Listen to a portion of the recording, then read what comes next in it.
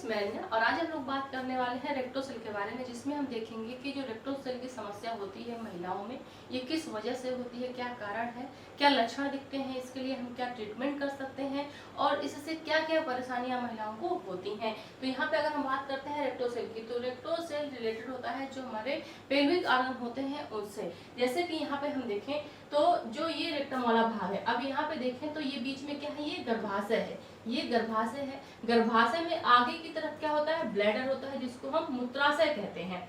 और यहीं पे गर्भाशय के पीछे क्या होता है, रेक्टम होता है, जिसको हम मलाशय कहते हैं।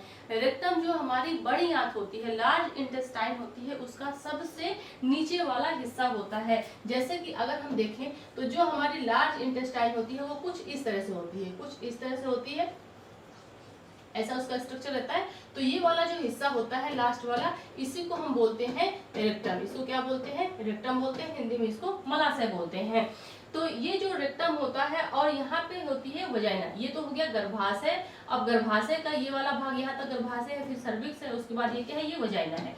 तो जो ये वजाइना वाला भाग होता है उसके जस्ट पीछे जो रेक्टम है, इसकी जो मसल्स होती हैं, रेक्टम और वजाइना के बीच में क्या होती है, मसल्स होती हैं। यहाँ पे ये वजाइना है और ये रेक्टम है, तो इसके बीच में क्या होती हैं, पेल्विक फ्लोर मसल्स होती हैं।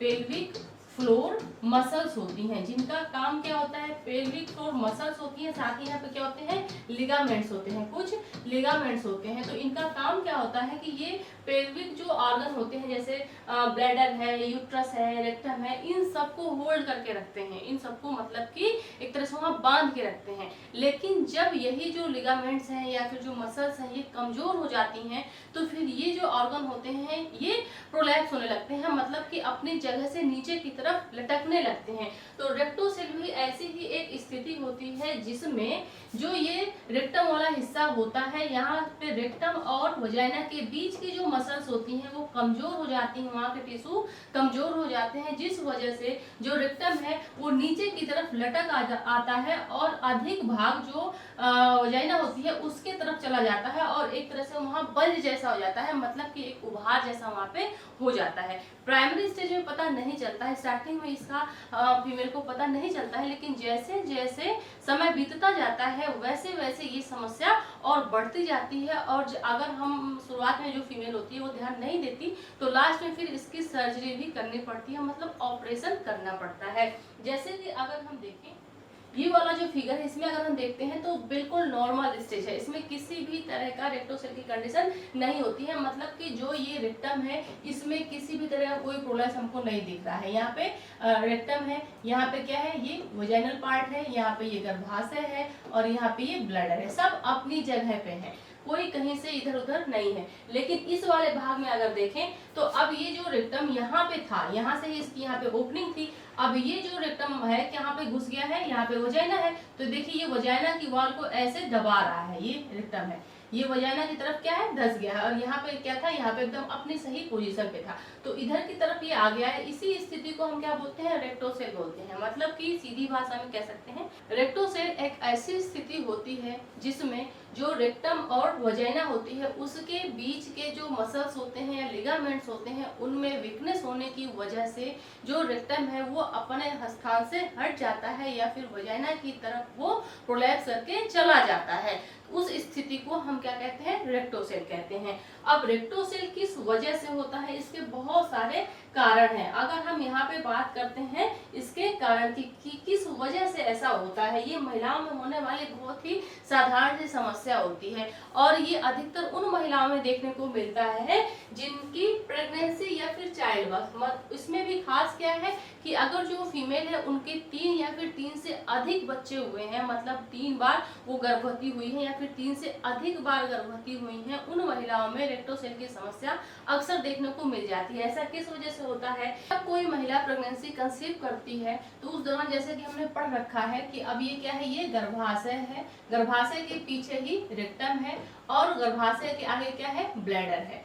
तो जब महिला बार बार गर्भवती होती है, अब जैसे कितनी ऐसी महिलाएं होती हैं जिनको 2 से 3 से 4 बार एबॉर्शन हो जाता है, उसके बाद उनको बच्चा होता है या फिर उनको रिकरेंट एबॉर्शन की हिस्ट्री रहती है, तो उन महिलाओं में क्या होता है कि जो पेल्विक फ्लोर मसल्स होती हैं वो धीरे धीरे ढीली हो जाती हैं। आम भाषा में महिलाएं कहती हैं कि जो बच्चेदानी है वो क्या हो गई, वो ढीली पड़ गई है, उसकी जो मसल्स हैं या फिर उसके जो टिश्यू हैं या फिर उसके जो लिगामेंट्स हैं वो कैसे हो गए हैं, ढीले हो गए हैं। तो ऐसा किस वजह से होता है, बार बार प्रेगनेंसी कंसीव करने की वजह से होता है। क्योंकि महिला जब प्रेगनेंसी कंसीव करी, अब इस जब डिलीवरी होती है तो डिलीवरी के दौरान यहाँ पे इतना ज्यादा स्ट्रेच होता है, इतना खिंचाव होता है, वो जो लिगामेंट्स हैं, टिश्यू हैं, उन सब में बहुत अधिक खिंचाव होता है जब डिलीवरी होती है उस दौरान। तो बाद में फिर वो जो मसल्स की टोनिसिटी होती है वो क्या होती है, धीरे धीरे खत्म होती है। बार बार जब वही प्रक्रिया होती है तो फिर धीरे धीरे वो अपनी टोन एक तरह से खोने लगती है, और इस वजह से वहाँ की मसल्स क्या हो जाती है,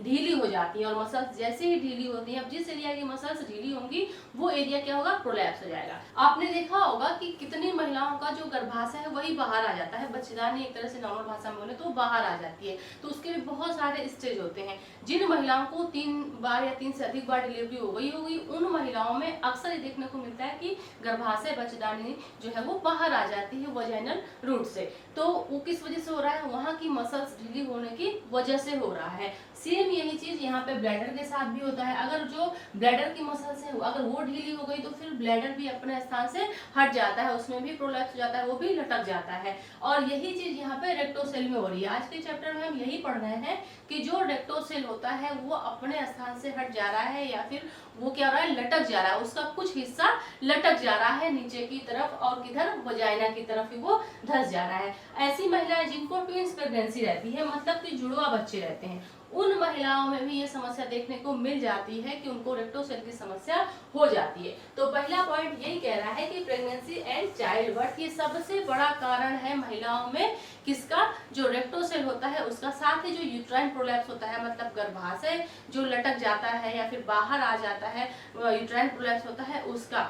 नेक्स्ट यहाँ सेकेंड पे कारण क्या है, प्रोलॉन्ग लेबर। प्रोलॉन्ग लेबर भी एक कारण होता है रेक्टोसेल का। किस तरह से होता है, प्रोलॉन्ग लेबर का मतलब कि जब डिलीवरी का समय रहता है तो उस दौरान बहुत ही लंबा समय लगता है first and second stage of labour को कंप्लीट होने में। आपने देखा होगा कि बहुत सी ऐसी महिलाएं होती हैं जिनको डिलीवरी के समय दर्द स्टार्ट होता है और ये दर्द 24-24 घंटे तक बना रहता है। तो अगर हम बात करते हैं प्रोलॉन्ग लेबर की, तो जो फर्स्ट स्टेज होता है, फर्स्ट एंड सेकेंड स्टेज होता है लेबर का, अगर इसको कंप्लीट होने में 18 घंटे या फिर 18 घंटे से अधिक का समय लगता है तो उसको हम प्रोलॉन्ग लेबर कहते हैं। अब इतना लंबे समय तक जब कोई भी महिला दर्द को बर्दाश्त करती है तो उससे क्या होता है कि उसका सीधा असर जो यहाँ पे उसकी पेल्विक फ्लोर मसल्स होती हैं, लिगामेंट्स होते हैं या फिर टिश्यू होते हैं, उन पे पड़ता है। क्योंकि दर्द होता है फिर शांत हो जाता है, होता है फिर शांत हो जाता है, एक रिदमिक वे में वो चलता रहता है। अब दर्द किस वजह से होता है, कॉन्ट्रैक्शन एंड रिलैक्सेशन की वजह से होता है। ये जो गर्भाशय की मसल्स होती हैं, गर्भाशय की वाल होती हैं, इनमें क्या होता है, कॉन्ट्रैक्शन होता है। जब कॉन्ट्रैक्शन होता है तो यहाँ पे फीमेल को दर्द होता है। जैसे ही कॉन्ट्रैक्शन आते हैं तो फीमेल को दर्द महसूस होता है और उस दौरान जो बच्चा होता है वो नीचे आता है, साथ ही जो सर्विक्स होती है वो खुलती है। नॉर्मल भाषा में महिलाएं कहती हैं कि बच्चेदानी का मुंह खुलता है। तो जो फर्स्ट स्टेज होता है इसमें क्या होता है, ट्रू लेबर पेन स्टार्ट होता है और डायलेटेशन ऑफ सर्विक्स होता है। सर्विक्स का मुंह खुलता है कितना, 10 सेंटीमीटर। जब तक 10 सेंटीमीटर नहीं खुलेगा तब तक बच्चे की डिलीवरी नहीं होती है। और सेकेंड स्टेज में क्या होता है, बच्चा डिलीवर होता है। तो ट्रू लेबर पेन से स्टार्ट होता है जो डिलीवरी का प्रोसेस होता है, और सेकेंड स्टेज मतलब बच्चे के डिलीवरी तक का जो टाइम ड्यूरेशन होता है वो कितना, 18 घंटे या फिर 18 घंटे से ज्यादा का है। तो महिला में जो रेक्टोसेल होता है उसके होने के कारण एक ये होता है। किस वजह से होता है, क्योंकि यहाँ की मसल्स क्या होती है, ढीली हो जाती है। अब ये उस समय पता नहीं चलता है, अगर हम उस दौरान की बात करें तो उस समय पता नहीं चलता। ये कब पता चलता है, ये पता चलता है जब महिला की एक उम्र हो जाती है, जब महिला 40 या फिर 45 साल की होती है या फिर 50 साल की होती है, तो उस दौरान इसका असर देखने को मिलता है। मतलब एक लंबे समय के बाद इसका असर देखने को मिलता है कि मे भी महिला में रेक्टोसेल की समस्या हो सकती है। देखो नेक्स्ट क्या है, लार्ज साइज ऑफ बेबी। अब यहाँ पे कह रहा है कि अगर जो बच्चे का साइज है वो अगर बहुत बड़ा है तो उसकी वजह से भी जो रेक्टोसेल होता है वो देखने को मिल जाता है। अब किस तरह से देखने को मिल जाता है, अगर बच्चा का साइज बहुत बड़ा होता है, जिसको हम मेडिकल टर्म में क्या बोलते हैं, मैक्रोसोमिया बोलते हैं। क्या बोलते हैं, मैक्रोसोमिया सोमिया बोलते हैं। तो मैक्रोसोमिया में जो बच्चा होता है वो 4 किलो या फिर 4 किलो से अधिक का होता है। अब जब बच्चे का वजन अधिक है, इसका मतलब हेड टू टो उसका जो साइज है बच्चे का वो भी बड़ा होगा, तो फिर उसका जो ये सर है वो भी बड़ा होगा और साथ ही जो ये ट्रंक वाला एरिया है वो भी बड़ा होगा। अब जब बच्चा बड़ा है और आना उसको बर्थ कैनाल के थ्रू है, नॉर्मल डिलीवरी हो रही है, नॉर्मल डिलीवरी में सबसे ज्यादा रिस्क रहता है किसका? रेक्टोसेल का। रेक्टोसेल होने का सबसे बड़ा कारण नॉर्मल डिलीवरी ही है। अब अगर बच्चा बड़ा है और ऑपरेशन के द्वारा हो रहा है तो फिर रेक्टोसेल की कोई संभावना ही नहीं रहती, लेकिन अगर डिलीवरी नॉर्मल हो रही है तो जब नॉर्मल डिलीवरी होगी और बच्चे का साइज बड़ा है और बच्चा इस कैनाल के थ्रू बाहर आएगा बर्थ कैनाल के थ्रू, तो स्वाभाविक सी बात है कि जब बच्चा निकलेगा तो वहाँ की जो मसल्स है वो क्या होंगे? स्ट्रेच होंगे, उनमें खिंचाव होगा, क्योंकि वहाँ पे क्या करना है? एक रास्ता देना है बच्चे को निकलने के लिए। तो आसपास के जितने भी ऑर्गन हैं ये सभी क्या होंगे? ये सभी सप्रेस होंगे। अब यहाँ पे ये रेक्टम वाला भाग है, ये ब्लैडर वाला भाग है, तो अब इसके बीच में जो भी मसल्स हैं, लिगामेंट है, ये सब ऐसे खींचेंगे और जब ये खींचते हैं तो फिर उसके बाद बच्चे की डिलीवरी हो जाती है। लेकिन खींचने के बाद फिर जब पुनः ये अपनी अवस्था में आते हैं, जैसे आपने प्लास्टिक देखी होगी या फिर रबर देखा होगा जो हम बालों में लगाते हैं, तो उस रबर का आपने देखा होगा कि जब हम उसको अधिक बार प्रयोग कर लेते हैं, मान लीजिए कि उसको हम 5 बार 6 बार 10 बार प्रयोग कर लेते हैं, तो धीरे धीरे जो उसकी टोनिसिटी होती है वो कम हो जाती है। पहले वो रबर बहुत टाइट रहता है, 2-3 बार या फोल्ड करते हैं तो बाल अच्छे से टाइट हो जाते हैं, लेकिन धीरे धीरे उसकी जो टोनिसिटी है वो कम होने लगती है और इस वजह से जब उसको हम 4 बार 5 बार लपेटते हैं फिर भी हमारे जो बाल होते हैं वो टाइटली उसमें रैप नहीं हो पाते हैं। तो यही सेम चीज यहाँ पे भी होती है, यहाँ की जो मसल्स है वो ढीली हो जाती है। तो जब पुनः ये जैसे बच्चा डिलीवर हो गया तो जब पुनः ये अपनी अवस्था में पहुंचती है तो वो हालांकि फिर से वो अपनी जगह पे आती है, लेकिन जो पहले वाली स्टेज रहती है वो नहीं रह जाती है और इसका असर दिखता है कि महिला को रेक्टोसेल की समस्या हो जाती है। और ये भी तुरंत नहीं दिखता है, बल्कि ये भी कुछ समय के बाद ही महिलाओं में दिखता है। नेक्स्ट यहाँ पे क्या है? एजिंग। तो एजिंग की बात हम बार बार कर रहे थे कि जब महिला की उम्र होती है, एक उम्र के बाद, जैसे अगर कोई महिला है और वो 50 साल की है, अब मान लीजिए कि इस महिला की कोई डिलीवरी नॉर्मल नहीं हुई है, उसकी सारी डिलीवरी सिजेरियन हुई है, मान लीजिए उसके 2 ही बच्चे हैं और दोनों ऑपरेशन हुए हैं, तो उस महिला में रेक्टोसेल क्यों हो रहा है? क्योंकि उसकी तो नॉर्मल डिलीवरी भी नहीं हुई है। तो इस महिला में जो फैक्टर है, जो कारण है, वो क्या है? एजिंग है। मतलब कि 50 साल के बाद नॉर्मली फीमेल्स में देखने को मिलता है कि मे बी उनमें जो लिगामेंट्स होते हैं, जो पेल्विक लिगामेंट्स होते हैं यहाँ के, या फिर मसल्स हैं या टिश्यू हैं, वो ढीले हो जाते हैं और ढीले होने की वजह से ही यहाँ के जो ऑर्गन हैं उनको वो होल्ड नहीं कर पाते, उनको पकड़ के नहीं रख पाते, जिस वजह से यहाँ के जो ऑर्गन है वो क्या करते हैं? प्रोलैप्स होने लगते हैं। और जो रेक्टोसेल होता है उस ये भी एक कारण है कि यहाँ की जो मसल्स हैं वो ढीली पड़ जाती हैं, उनकी टोनिसिटी लॉस हो जाती है, जिस वजह से जो रेक्टम है वो क्या होता है? वो अपनी जगह से हटके जो वजाइना वाला एरिया है उधर की तरफ चला जाता है। तो ये भी एज का ही एक फैक्टर होता है। नेक्स्ट क्या है? क्रॉनिक कफ और ब्रोंकाइटिस। अब जो क्रॉनिक कफ है उसमें किस तरह से जो रेक्टोसेल है उसके लिए जिम्मेदार है। होता क्या है कि जब महिला को लंबे समय से खांसी आ रही है, अस्थमैटिक है मान लीजिए वो, या फिर उसको किसी भी चीज से एलर्जी है, या फिर ब्रोंकाइटिस की समस्या है, मतलब कि जो उसके फेफड़े हैं, लंग्स हैं, उसमें किसी भी तरह का इन्फेक्शन है लंबे समय से, जिसकी वजह से उसको बार बार खांसी इन्फेक्शन वगैरह होता है। तो जब महिला खांसती है तो खांसने की वजह से जो डायफ्राम होता है या फिर जो हमारे पेल्विक मसल्स होती हैं उन सब पे जोर लगता है। आपने अगर देखा होगा या फिर आपने कभी अगर आपको ये हुआ होगा कि सर्दी खांसी आपको हो गई, तो जब हम खांसते हैं तो जो हमारा पेट का निचला हिस्सा होता है उसमें तनाव होता है। नॉर्मली अगर व्यक्ति को 1 हफ्ते 2 हफ्ते तक खांसी हो जाती है तो फिर पेट का निचला हिस्सा जब भी हम खांसते हैं तो दर्द करने लगता है, साथ ही सीने में भी दर्द होता है। तो ये किस वजह से होता है? ये खिंचाव की वजह से होता है। जब खांसती है महिला, लंबे समय से उनको खांसी आ रही है, तो धीरे धीरे यहाँ की जो मसल्स होती हैं ये खिंचाव की वजह से ढीली पड़ने लगती हैं और इस वजह से जो रेक्टोसेल होता है उसकी समस्या देखने को मिल जाती है। तो इस तरह से क्रॉनिक कफ और ब्रोंकाइटिस भी एक कारण होता है किसका? रेक्टोसेल का। नेक्स्ट क्या है?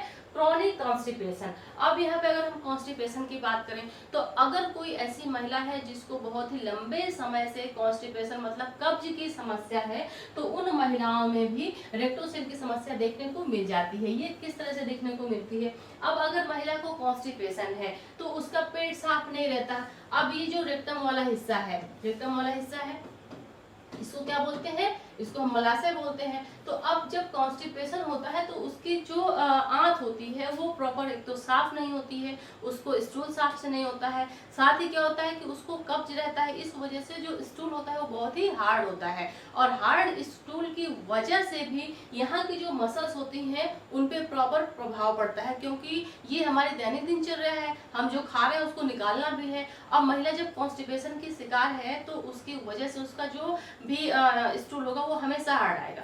तो ये बार बार हो रहा है। अब जब बार बार कोई प्रक्रिया होती है तो वहाँ के जो एरिया जो भी ऑर्गन है वो सभी प्रभावित होंगे। अब जब भी वो जाती है स्टूल के लिए तो क्या होता है, हार्ड स्टूल उसको पास होता है। तो अब इधर के जो लिगामेंट्स होते हैं, जो ये वजाइना होती है, वजाइना और रेक्टम के बीच के जो मसल्स होती हैं, टिश्यू होते हैं, लिगामेंट्स होते हैं, वो सभी क्या होते हैं, बार बार उनमें खिंचाव होता है। जितनी बार वो लैट्रिन जाएगी उतनी बार वहाँ पे खिंचाव होगा टाइट स्टूल की वजह से। तो अब धीरे धीरे ये चीजें क्या होती हैं, कंटिन्यूटली होती रहती हैं, जिस वजह से रेक्टोसेल की समस्या हो जाती है। अब रेक्टोसेल के भी कई स्टेज होते हैं, फर्स्ट स्टेज, सेकंड स्टेज या थर्ड स्टेज। जैसे कि थोड़ा सा हम यहाँ पे फिगर में देख लेते हैं। अगर हम इसके स्टेज की बात करते हैं तो यहाँ पे है, ये है इसका स्टेज। अब जैसे फर्स्ट स्टेज में क्या है कि यहाँ पे जो रेक्टोसेल होता है इसमें कोई खास लक्षण पता नहीं चलते हैं, महिला को कोई आभास नहीं होता है, हल्की फुल्की दिक्कत होती है लेकिन उसको महिला नजरअंदाज कर देती है। क्यों? क्योंकि उनको लगता है कि ये नॉर्मल कंडीशन होती है, क्योंकि यहाँ ज्यादा लक्षण भी नहीं दिखते हैं। वहीं पे जब ये सेकेंड स्टेज आती है, सेकेंड डिग्री का होता है रेक्टोसेल, तो उस दौरान थोड़ी दिक्कत अब होने लगती है। जैसे कि महिला जब टॉयलेट करने के लिए जाती है तो उसको बल्जिंग जैसा महसूस होता है, उसको ऐसा महसूस होता है कि जो वजाइना वाला एरिया है यहाँ पे एक उभार जैसा है। लेकिन इस दौरान भी हम उसको मेडिसिन से ट्रीट कर सकते हैं, या फिर अगर महिला एक्सरसाइज करती है तो उससे भी हम ठीक कर देते हैं। अगर महिला को बार बार यूरिनरी ट्रैक्ट इन्फेक्शन होता है तो उसकी वजह से भी रेक्टोसेल हो जाता है। अब यहाँ पे अगर हम थर्ड डिग्री की बात करते हैं तो थर्ड डिग्री में ये बहुत ज्यादा हो जाता है। जैसे कि यहाँ फिगर में आप देख रहे होंगे कि ये पूरा जो वजाइना का एरिया होता है उधर पूरी तरह से उसको कवर कर लेता है, उसकी दीवार को, और बहुत ही जैसे कि बड़े बल्ज के रूप में यहाँ पे दिखने लगता है। तो अब यहाँ पे जरूरत होती है किसकी, सर्जरी की। यहाँ पे ऑपरेशन करना पड़ता है, बिना ऑपरेशन के फिर ये ठीक नहीं होता है। अगर फर्स्ट और सेकेंड स्टेज में है तो उसको हम एक्सरसाइज के थ्रू ठीक कर सकते हैं। एक्सरसाइज बहुत अच्छा तरीका होता है रेक्टोसेल को ट्रीट करने का। नेक्स्ट क्या है, रिपीटेड हैवी लिफ्टिंग। अब अगर कोई ऐसी महिला है जिसका ऐसा काम है कि उसको भारी सामान बार बार उठाना पड़ता है तो उन महिलाओं में भी रेक्टोसेल की समस्या हो जाती है, क्योंकि जब हम कोई सामान, भारी सामान झुक करके उठाते हैं तो उसका जो लोड होता है वो कहाँ पे पड़ता है, हमारे पेल्विक पे पड़ता है। हमारा जो पेट का निचला हिस्सा होता है, पेल्विक एरिया होता है, यहाँ पे पड़ता है, और इस वजह से यहाँ की जो मसल्स होती हैं उन पे क्या होता है, उसका असर पड़ता है और धीरे धीरे ढीली होने लगती हैं, और उसका हमको रिजल्ट ये देखने को मिलता है कि रेक्टोसेल की समस्या हो जाती है। यहाँ पे एक बात कही जा रही है, रिपीटेड हैवी लिफ्टिंग, मतलब बार बार वो चीज करने की वजह से हो रहा है। अगर महिला 1, 2 बार, 4 बार, 10 बार कर रही है तब नहीं, बार बार अगर कंटिन्यू ऐसा वो कर रही है। जैसे बहुत सारी फीमेल्स होती हैं जिनका वर्कआउट ऐसा रहता है कि उनको भारी सामान उठाना ही पड़ता है, तो उन महिलाओं में ये चीज देखने को मिल जाती है। नेक्स्ट क्या है, प्रीवियस सर्जरी। अगर कोई ऐसी महिला है जिनकी पहले से कोई प्रीवियस सर्जरी हुई है, जैसे कि अगर उनका हिस्टेक्टोमी हुआ है, मतलब कि जो गर्भाशय है उसका वो निकाला जा चुका है, तो अब गर्भाशय जब यहाँ से निकल जाता है तो यहाँ पे क्या होता है, यहाँ की जो मसल्स होती है वो ढीली हो जाती है। क्यों ढीली होती है, क्योंकि गर्भाशय वहां से निकल गया। अब गर्भाशय जब वहां से काट करके निकाला जाता है तो आसपास के जो लिगामेंट्स होते हैं जो गर्भाशय को पकड़े रहते हैं, होल्ड किए रहते हैं, वहां पे क्या होता है, स्पेस हो जाता है। इसके अलावा जब सर्जरी की जाती है तो यहाँ की बहुत सारी ऐसी मसल्स होती हैं, टिश्यू होती हैं जो डैमेज भी होते हैं, और इस वजह से भी रेक्टोसेल होने के रिस्क बढ़ जाते हैं, या फिर ये भी एक कारण हो जाता है। तो ये होते हैं सारे कारण जो रिस्पॉन्सिबल होते हैं रेक्टोसेल के लिए। अब अगर हम बात करते हैं इसके लक्षण के बारे में कि कौन से लक्षण दिखते हैं, कैसे पता चलेगा एक महिला को कि उसके अंदर रेक्टोसेल की समस्या हो रही है, तो यहाँ पे फर्स्ट हमको क्या देखने को मिलता है, अ सेंसेशन ऑफ प्रेशर और फुलनेस इन रेक्टम या फिर वजाइना। अब जो महिला है, अब इसको हम देख नहीं सकते, बल्कि ये महिला हमको बताती है, क्या लक्षण बताती है कि उसको क्या फील होता है, प्रेशर महसूस होता है या फिर फुलनेस महसूस होता है। कहाँ पे, रेक्टम या फिर वजाइना वाले एरिया में। जैसे कि यहाँ पे अगर हम देखें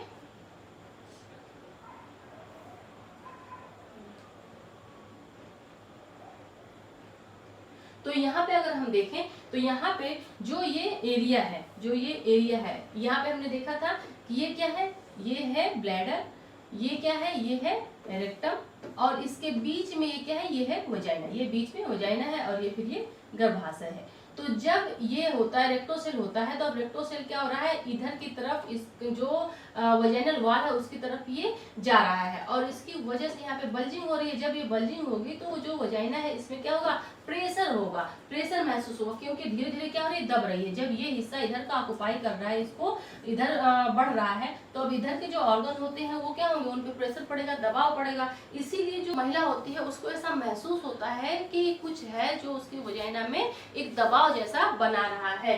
तो ये उसको पहला देखने को मिलता है लक्षण, वो बताती है।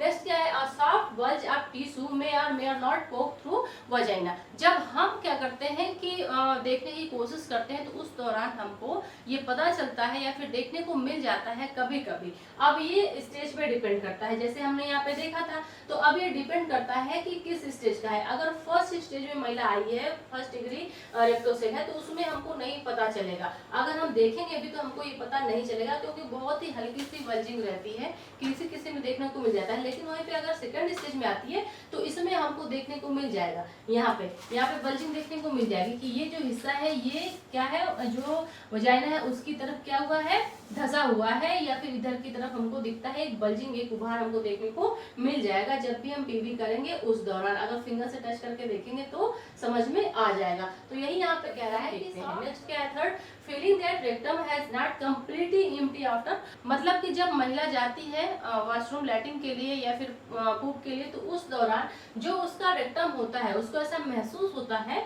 कि वो पूरी तरह से खाली नहीं हुआ है। मतलब उसको हमेशा ये लगा रहता है कि उसका जो पेट है वो साफ नहीं हुआ है। वो बार बार स्टूल के लिए जाएगी, बार बार लैट्रिन के लिए जाएगी, लेकिन फिर भी उसको ऐसा महसूस होता है कि वहाँ पे कुछ ऐसा है जो भरा हुआ है। मतलब उसका पेट खाली नहीं उसको महसूस होता है। वजाइना के एरिया में उसको एक बल्जिंग, एक भराव जैसा महसूस होता है, एक प्रेशर, एक तनाव लगता है। नेक्स्ट पॉइंट यही कह रही है, having the urge of poop several time a day, इसकी वजह से महिला को दिन भर में कई बार लैट्रिन के लिए जाना पड़ता है, कई बार वो स्टूल के लिए जाती है, क्योंकि उसको ऐसा महसूस होता है कि वहाँ पे उस एरिया में क्या है, कुछ भरा हुआ है, कुछ दबाव जैसा है, और इस वजह से बार बार हो जाती है। उसका पेट भी साफ नहीं रहता है, उसको ऐसा महसूस होता है। नेक्स्ट क्या है, डिस्पैरायूनिया। डिस्पैरायूनिया का मतलब कि जब भी महिला फिजिकल रिलेशन बनाती है तो उस दौरान उसको दर्द होता है, और ये बहुत ही बड़ा लक्षण होता है, क्योंकि हमने देखा हुआ है कि ये वजाइना के एरिया को ऑक्युपाई किए हुए है, जैसा कि यहाँ पे दिख रहा है।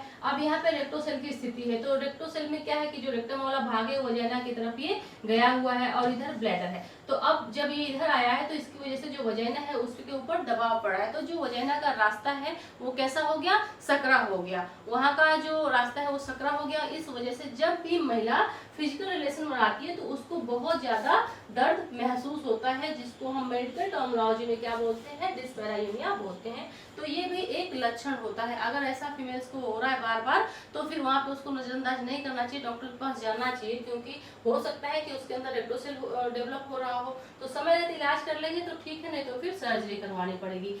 नेक्स्ट क्या है, फीलिंग ऑफ लूजर और loss of muscles tone in vagina. जैसे कि हम पहले ही बार बार बात कर चुके हैं कि महिला को ऐसा महसूस होता है कि जो उसकी वजाइना है वहाँ की जो मसल्स हैं वो क्या हो गई हैं, वो ढीली हो गई हैं, वो शिथिल हो गई हैं। ये महिला को फील होता है, तो महिला ये चीज बताती है। नेक्स्ट क्या है, having to press fingers on the bulge in vagina to push out a stool during a bowel movement. यहाँ पे कह रहा है कि जब महिला को स्टूल वो पास करने के लिए जाती है, और अगर वो अपने फिंगर के थ्रू जो बल्जिंग होती है, जो उभार होता है, अगर उसको वो दबाती है, प्रेस करती है, तो उसकी वजह से फिर उसको स्टूल पास होता है। ये एक नॉर्मल सा प्रोसेस होता है। जब फीमेल को जैसे कि स्टूल पास नहीं होता है, बार बार वो जाती है लेकिन फिर उसका पेट साफ नहीं होता है, तो फीमेल्स प्रैक्टिकली ये करती हैं, और फिर वो बताती भी हैं कि ऐसा करने की वजह से उनको पेन भी होता है, इसमें दर्द भी महिला को होता है। तो ये सारे लक्षण होते हैं जिससे पता चलता है कि महिला के अंदर रेक्टोसेल की समस्या हो रही है। नेक्स्ट यहाँ पे अगर हम देखते हैं इसका ट्रीटमेंट। अब अगर हम बात करते हैं इसके ट्रीटमेंट की, तो ट्रीटमेंट भी हम कारण के आधार पे ही करते हैं। अगर फर्स्ट डिग्री में है तो फिर उसके हिसाब से करेंगे, सेकंड है, थर्ड है तो उसके हिसाब से करेंगे। तो जैसे कि मैंने पहले बताया कि अगर थर्ड डिग्री का रेक्टोसेल है तो वहां पे फिर सर्जरी ही एक लास्ट उपाय रहता है। तो इसमें हम ट्रीटमेंट क्या कर सकते हैं? फर्स्ट तो हम फीमेल को बोलेंगे कीगल एक्सरसाइज करने के लिए। कीगल एक्सरसाइज बहुत ही प्रभावी होता है। जो भी पेल्विक मसल्स होती हैं अगर वो लूज हो गई हैं, उनकी टॉनिसिटी कम हो गई है, तो वहां पे अगर कीगल एक्सरसाइज महिला रूटीनली करती है, डेली करती है, तो इसकी वजह से धीरे धीरे जो उसकी पेल्विक फ्लोर मसल्स होती हैं वो अच्छी होने लगती हैं। इस वजह से जो रेक्टोसेल होता है उसको हम ठीक कर सकते हैं, लेकिन इसमें कंटिन्यूटी बहुत ही जरूरी होती है। तो कारण के आधार पर हम ट्रीटमेंट कर सकते हैं। Next, prevent constipation. Prevent constipation, जैसा कि हमने पढ़ा था कि जो कॉन्स्टिपेशन होता है इसकी वजह से भी जो महिला होती है उसको रेक्टोसेल की समस्या हो जाती है। तो हमको क्या करना है? कॉन्स्टिपेशन से महिला को एक तरह से बताना है कि अगर महिला को कॉन्स्टिपेशन नहीं होगा तो धीरे धीरे रेक्टोसेल की समस्या है में भी वो ठीक हो सकती है। तो इसमें क्या करना है? महिला को बोलना है कि वो हाई फाइबर डाइट ले, हाई फाइबर डाइट ले जिसमें फाइबर की मात्रा अधिक हो, ऐसा फूड ले, और वो भी कितना? कम से कम 25 ग्राम डेली। 25 ग्राम डेली अगर वो फाइबर अपने डाइट में रखती है तो जो उसका कॉन्स्टिपेशन होता है उसमें उसको बहुत रिलैक्स मिलेगा, क्योंकि फाइबर की ये क्वालिटी होती है कि ये वाटर को बहुत अधिक एब्जॉर्ब करता है, और साथ ही जो स्मॉल इंटेस्टाइन होती है उसके जो गट्स होते हैं और उसका जो पेरिस्टाल्टिक मूवमेंट्स होता है और उसकी जो सफाई होती है, उन सब में जो फाइबर होता है बहुत ही अच्छा काम करता है। तो अगर वो फाइबर का डाइट में अपने यूज करती है तो इसकी वजह से उसको कॉन्स्टिपेशन कम होगा, और अगर कॉन्स्टिपेशन कम होगा तो रेक्टोसेल की जो समस्या होती है उसमें धीरे धीरे सुधार आना शुरू हो जाएगा। इसके अलावा महिला को क्या बोलना है कि उसको प्लेंटी ऑफ वाटर लेना है। प्लेंटी ऑफ वाटर लेना है मतलब कि पानी बहुत अधिक मात्रा में उसको धीरे धीरे करके दिन भर में बहुत अधिक पानी उसको पीना है। नेक्स्ट हम क्या कर सकते हैं? जैसा कि हमने कारण में पढ़ा था कि ये हैवी लिफ्टिंग की वजह से भी होता है, तो यहाँ पे हम महिला को बोलते हैं अवॉइडिंग हैवी लिफ्टिंग। अगर महिला कोई भारी सामान उठाने वाला काम कर रही है तो उसको नहीं करना है, क्योंकि भारी सामान बार बार उठाने की वजह से भी उसको रेक्टोसेल की समस्या होती है। हमने कारण में पढ़ा है, तो कारण के आधार पर हम यहाँ पे ट्रीटमेंट देख रहे हैं। नेक्स्ट क्या कर सकते हैं? मैनेज अ कफ। जो फीमेल को खांसी हो रही है उसको हमको मैनेज करना है, एंड जो उसको ब्रोंकाइटिस की समस्या थी उसको भी क्या करना है? मैनेज करना है। तो अगर उसको ब्रोंकाइटिस है तो फिर हम उसको ट्रीटमेंट दिलवा सकते हैं डॉक्टर के थ्रू, जो भी डॉक्टर का मेडिकेशन है उसके थ्रू हम उसको ट्रीटमेंट दिलवाएंगे। तो अगर ब्रोंकाइटिस की समस्या नहीं होगी, क्रॉनिक कफ की समस्या नहीं होगी, तो फिर जो रेक्टोसेल की समस्या उसको हो रही है वो धीरे धीरे ठीक होने लगेगी, क्योंकि अगर बार बार उसको खांसी आएगी तो उसकी वजह से वो समस्या और ज्यादा बढ़ेगी। तो ये हम इस तरह से जो उसके कारण है, कारण के आधार पे ही हम फीमेल को प्रिवेंशन दे सकते हैं, उसका बचाव कर सकते हैं। नेक्स्ट यहाँ पे जैसे अगर हम देखें तो प्रोलॉन्ग लेबर में हम कोई मैनेजमेंट नहीं कर सकते, क्योंकि प्रोलॉन्ग लेबर क्या है? ऐसी स्टेज होती है उस दौरान रेक्टोसेल का पता नहीं चलता है, वो लास्ट में पता चलता है जब एक उम्र हो जाती है तो उस दौरान। तो यहाँ पे क्रॉनिक कफ को हम ट्रीट कर सकते हैं, क्रॉनिक कॉन्स्टिपेशन को ट्रीट कर सकते हैं, जो हैवी लिफ्टिंग है उसको ट्रीट कर सकते हैं, और अगर महिला की प्रीवियस सर्जरी हुई है तो फिर उसमें भी हम कुछ नहीं कर सकते हैं। अगर इसकी वजह से फीमेल को हो रहा है रेक्टोसेल तो फिर उसमें भी हम कुछ नहीं कर सकते हैं। इसमें सिर्फ क्या कर सकते हैं? कीगल एक्सरसाइज के लिए हम सलाह दे सकते हैं। महिला को क्या बोलना है? वो कीगल एक्सरसाइज करे। अब कीगल एक्सरसाइज किस तरह से करते हैं, कैसे परफॉर्म करते हैं, इसके बारे में भी हम पढ़ेंगे, लेकिन नेक्स्ट वीडियो में। आज के लिए बस इतना ही। तो आई होप कि आज की वीडियो से आपको ये समझ में आ गया होगा कि जो रेक्टोसेल होता है वो क्या होता है, किस वजह से होता है, क्या लक्षण दिखते हैं, और इसको ठीक करने के लिए आप क्या क्या कर सकते हैं। तो आज के लिए बस इतना ही। मिलते हैं अगली वीडियो में, तब तक के लिए थैंक यू सो मच।